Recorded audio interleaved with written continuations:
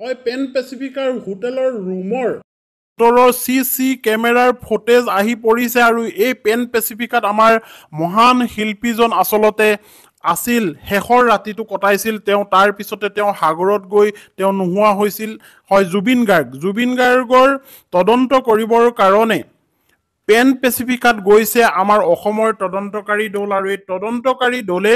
কি তথ্য সম্বল গোটাইছে এই সকলোখিনি কথা আপোনালোকে গম পাব আৰু ভিডিঅ' ফটেজ চাবলৈ পাব যে চি কেমেৰাত কি ধৰা পৰিছে যেতিয়া এই পেন পেচিফিকাত গৈ আমাৰ শিল্পীজন উপস্থিত হৈছিল তেখেতৰ টিম গৈ উপস্থিত হৈছিল তেতিয়া তেওঁৰ এই পেন পেচিফিকাত আছিল আৰু পেন পেচিফিকাত থকাৰ আগত 17 তাৰিখৰ দিনা তেওঁলোকে ভাৰতবৰ্ষৰ পৰা যাত্ৰা কৰিছিল ছিংগাপুৰ অভিমুখে আৰু ছিংগাপুৰত গৈ 18 তাৰিখে তেওঁ পোৱাৰ পিছত 18 তাৰিখে তেওঁলোকে আবেলিৰ সময়ত ৰাস্তাইদি গৈ এগৰাকী শিল্পীয়ে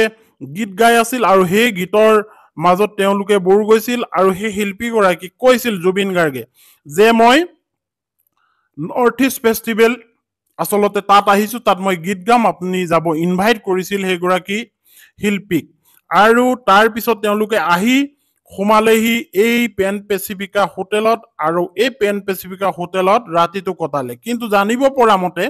পেন পেচিফিকা হোটেলত তেওঁলোকে ৰাতিটো কটাওঁতে তাত মদৰ পাৰ্টি হৈছিল কাৰণ যিখন হোটেল এতিয়া আপোনালোকে দেখি আছে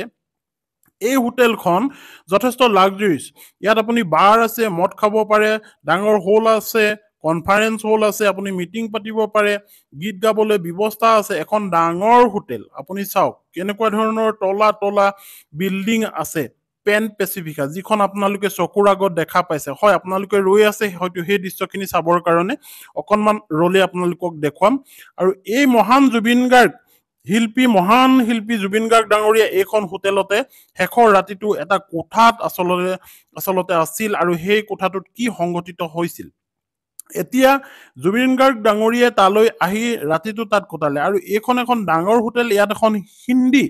মুভিও আচলতে শ্বুটিং হৈছিল আৰু হিন্দী মুভিখন শ্বুটিং হোৱাৰ পিছৰে পৰা এই হোটেলখন আচলতে বিখ্যাত হৈ পৰিল আৰু সেই বিখ্যাত হিন্দী মুভিখন শ্বুটিং হোৱাৰ দিনৰে পৰা বহু মানুহে এই পেন পেচিফিকালৈ আহে আৰু এখন আচলতে প্ৰমোট হৈ গ'ল সেই চিনেমাখনৰ দ্বাৰা আৰু বহু ব্যক্তিয়ে তেনেকৈ চাবলৈ আহে থাকিবলৈ আহে ফুৰিবলৈ আহে আৰু যিসকল ডাঙৰ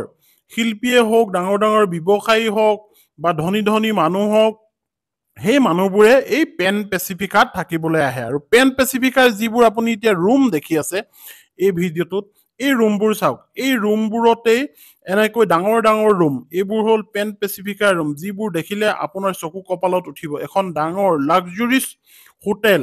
যিখন হোটেলত আচলতে আমাৰ মহান শিল্পী জুবিন গাৰ্গ ডাঙৰীয়া জীৱনৰ শেষৰ ৰাতিটো পাৰ কৰিছিল তাৰ পিছতে ওলাই গৈছিল তেওঁ ইয়টৰ পাৰ্টিলৈ অৰ্থাৎ সেই সাগৰত ফুৰিবৰ কাৰণে দ্বীপকেইটা চাবলৈ সেই ইয়টৰ পাৰ্টি তাত তেওঁ মদো খাইছিল এই কথাটো প্ৰবাসী অসমীয়া এগৰাকীয়ে কৈছে যে জুবিন গাৰ্গে এটা বিয়েৰ খাইছিল এটা বিয়েৰ খালে মানুহৰ নিচা নধৰে এনেকুৱা ধৰণে কৈছিল আৰু তাৰ পৰাই জানিব পৰা গৈছে যে জুবিন গাৰ্গে নিশা মদ খোৱাৰ পিছতো তেওঁ গৈ সেই ইয়টৰ পাৰ্টিটো বিয়েৰ খাইছিল এটা বিয়েৰ খালে নিচা নধৰে এনেকৈ কৈছিল আৰু শেখৰ গোস্বামীৰ পৰা গম পোৱা গৈছিল যে তেওঁ এডোখৰা গাহৰি মাংসও খাইছিল সেইখিনি সময়ত গতিকে ৰাইজৰ বহুতৰ প্ৰশ্ন যে সেই খাদ্যত কিবা সোমাই আছিল নেকি বা সেই বিয়েৰত কিবা মিহলি হৈ আছিল নেকি কিন্তু পষ্টমৰ্টম ৰিপৰ্টবোৰৰ যদিও ৰাজহুৱা হোৱা নাই কিন্তু আমি ঘুনুক ঘানাকৈ শুনা মতে তেনেকুৱা ধৰণৰ কোনো বিষক্ৰিয়া হোৱা নাছিল বুলি আচলতে জানিব পৰা গৈছে কাৰণ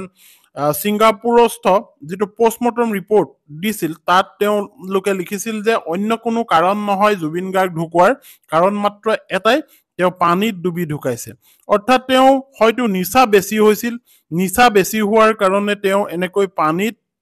ডুবিব লগীয়া হল হয়তো সহযোগীসকলে যেনেধৰণে সহায় কৰিব লাগিছিল তেনেধৰণে হয়তো সহায় কৰিব নোৱাৰিলে সেইখিনি সময়ত জুবিন গাৰ্গে পানী খালে অক্সিজেন কমি গ'ল ইত্যাদি কাৰণ হ'ব পাৰে আৰু এতিয়া জুবিন গাৰ্গৰ ন্যায় বিচাৰি গোটেই অসম তোলপাৰ লাগি আছে আৰু গতিকে এতিয়া ভাৰত চৰকাৰে অসমৰ তদন্তকাৰী দলক সেই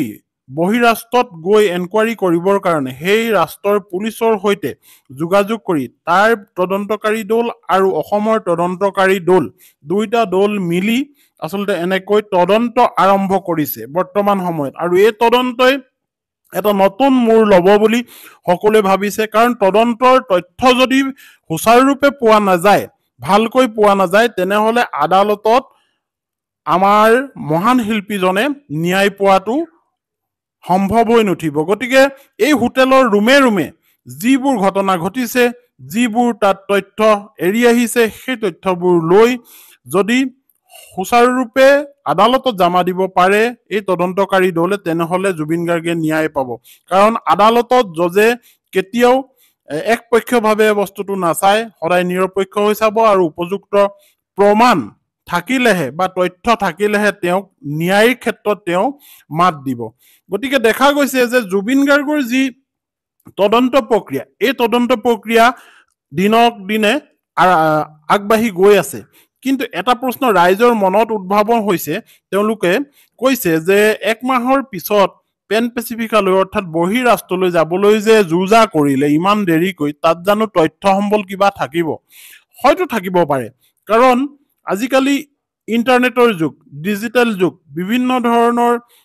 আমাৰ কিছুমান ফৰেনচিক উন্নত ধৰণৰ মানদণ্ডৰ কিছুমান মেচিন আছে বা তেনেকুৱা ধৰণৰ পদ্ধতি ওলাইছে, যিবোৰ পদ্ধতিৰ পৰা তেওঁলোকে এৰি অহা প্ৰতিটো চাপ, প্ৰতিটো ভৰিৰ খোজ, প্ৰতিটো ইনফৰমেশ্যন কালেক্ট কৰিব পাৰে। গতিকে উন্নত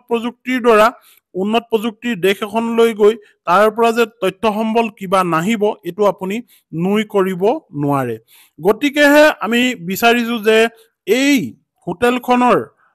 ৰুমে ৰুমে, এই হোটেলখনৰ কৰিডৰে জুবিন গাৰ্গ আৰু জুবিন গাৰ্গৰ টিমে এৰি অহা সেই তথ্যবোৰ যাতে আমাৰ তদন্তকাৰী দলে বিচাৰি পায়। গতিকে আমি আশা কৰিম অনাগত সময়ত এই তদন্ত আৰু জোৰদাৰ হয়। কিন্তু আপোনালোকে হয়তো ভাবিছে যে CCTVৰ ফুটেজটো কি হ'ল, এতিয়ালৈকে যে চাবলৈ পোৱা নাই। আচলতে আপোনালোকে চাওক, ইয়াৰ CC কেমেৰাৰ ফুটেজ আপোনালোকে চাবলৈ পাব নোপোৱা নহয়, কিন্তু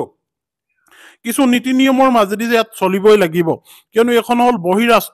বহিৰাষ্ট্ৰত গৈ আমাৰ তদন্তকাৰী দলে তেনেকৈ এনকুৱাৰী কৰিছে আৰু নীতি নিয়মৰ মাজেদি চলি তাৰ CC কেমেৰাৰ ফুটেজো তেওঁলোকে এই তদন্তৰ আওতালৈ আনিব। কিন্তু এইখিনি আনিলে ৰাজহুৱা কৰিব নোৱাৰিব। ৰাইজে কিন্তু CCTVৰ ফুটেজ চাবৰ কাৰণে অধীৰ আগ্ৰহেৰে বাট চাই আছে, এই কথাটো